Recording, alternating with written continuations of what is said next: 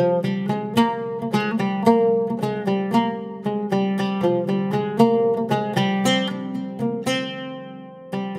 இன்னைக்கு பரோட்டா சால்னா எப்படி செய்யறதுன்னு பார்க்க போறோம். இது பரோட்டாக்கு மட்டும் இல்ல, இட்லி, தோசை, சப்பாத்தி, அதுக்கப்புறமா ஒயிட் ரைஸ் கூட வச்சு சாப்பிட்றதுக்குமே பக்காவான காம்பினேஷனா இருக்கும். ஹாய் ஃப்ரெண்ட்ஸ், என் பேர் Abhi. Welcome to Indian recipes Tamil. வீடியோக்குள்ள போறதுக்கு முன்னாடி நம்ம சேனல் இந்தியன் ரெசிபீஸ் தமிழை சப்ஸ்கிரைப் பண்ணிக்கோங்க. கூடவே இருக்க பெல் சிம்பலையும் கிளிக் பண்ணிக்கோங்க.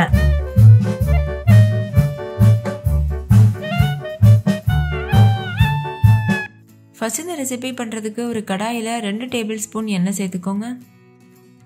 எண்ணெய் சூடானதும் 1 டீஸ்பூன் மிளகு, 1 டீஸ்பூன் சோம்பு, 1 டீஸ்பூன் சீரகம், 3 ஏலக்காய், கூடவே 2-3 கிராம்பு, 2-3 சின்ன துண்டு பட்டை இதெல்லாம் சேர்த்துக்கோங்க. ஸ்டவ் வந்து லோ ஃப்ளேம்லேயே இருக்கட்டும். நல்லா ஒரு டைம் மிக்ஸ் பண்ணிக்கோங்க.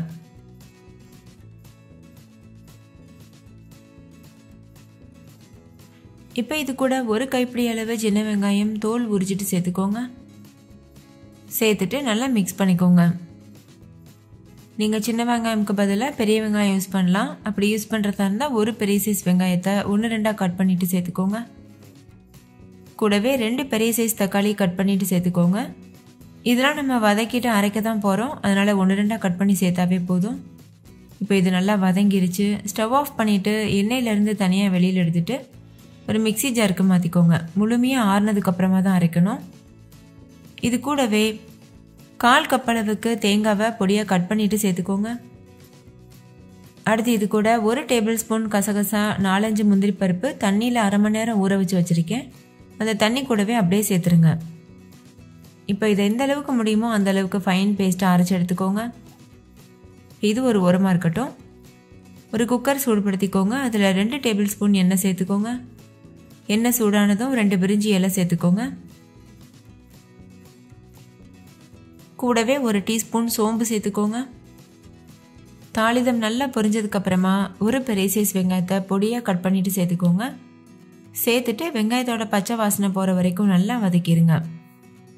கொஞ்சமாக உப்பு சேர்த்துட்டு வதக்குனீங்கன்னா வெங்காயம் சீக்கிரமாகவே வதங்கிடும். அதனால் 1 டீஸ்பூன் உப்பு சேர்த்துட்டு வதக்கிக்கோங்க. இப்போ பாருங்கள், வெங்காயம் கலர் சேஞ்ச் ஆகி வர ஆரம்பிச்சிருக்கு. இந்த அளவுக்கு வெங்காயம் வதங்கினாவே போதும். அடுத்து இது கூட 1 டேபிள் ஸ்பூன் இஞ்சி பூண்டு விழுது சேர்த்துக்கோங்க. சேர்த்துட்டு இஞ்சி பூண்டோடைய பச்சை வாசனை போகிற வரைக்கும் நல்லா வதக்கிடுங்க.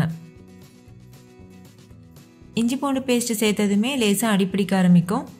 ரொம்ப அடிப்பிடிச்சதுன்னா கொஞ்சமாக தண்ணி சேர்த்துட்டு கூட நீங்கள் மிக்ஸ் பண்ணிக்கலாம். அடுத்து இது கூட 1 சின்ன சைஸ் தக்காளியை பொடியாக கட் பண்ணிவிட்டு சேர்த்துக்கோங்க. நம்ம ஏற்கனவே அரைக்கும் போது சேர்த்துருக்கோம், அதனால் சின்ன சைஸில் ஒரு தக்காளி மட்டும் சேர்த்தா போதும். தக்காளியும் முழுமையாக வதங்கிருச்சு. இப்போ இது கூட 1 கைப்பிடி அளவு புதினா இலை சேர்த்துக்கோங்க. கூடவே 1 கைப்பிடி அளவுக்கு கொத்தமல்லி இலையை பொடியாக கட் பண்ணிவிட்டு சேர்த்துக்கோங்க. சேர்த்துட்டு நல்லா மிக்ஸ் பண்ணிக்கோங்க. இப்போ இது கூட 3 டீஸ்பூன் அளவுக்கு டொமேட்டோ கெச்சப் சேர்த்துக்கோங்க. இது வந்து கடையில் கிடைக்கிறது போல் நல்ல ஒரு ஃப்ளேவர் கிடைக்கணுன்றதுக்காக தான் நம்ம டொமேட்டோ கெச்சப் யூஸ் பண்ணியிருக்கோம். உங்களுக்கு விருப்பம் இல்லைன்னா நீங்கள் தாராளமாக ஸ்கிப் பண்ணிடலாம்.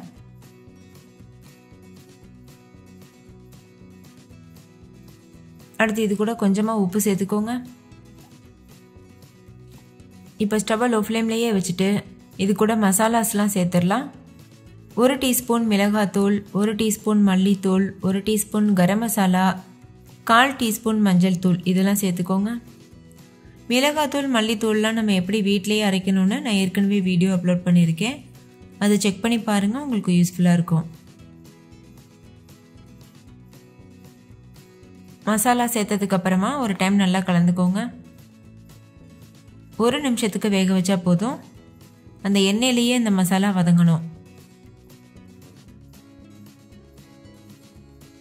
மசாலா நல்லா வதங்கினதுக்கப்புறமா நம்ம ஏற்கனவே வதக்கி அரைச்சி வச்சுருக்கோம்ல பேஸ்ட்டு, அதை சேர்த்துருங்க. சேர்த்துட்டு நல்லா மிக்ஸ் பண்ணிடுங்க.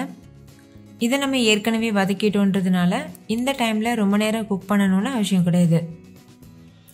ஒரு 2 நிமிஷத்துக்கு மட்டும் வதக்குனீங்கன்னா போதும். இப்போ 2 நிமிஷம் ஆகியிருக்கு. எண்ணெயெல்லாம் நல்லா பிரிஞ்சு வெந்து வந்திருக்கு. இந்த ஸ்டேஜில் இது கூட கொஞ்சமாக தண்ணி சேர்த்துட்டு கலந்துக்கோங்க.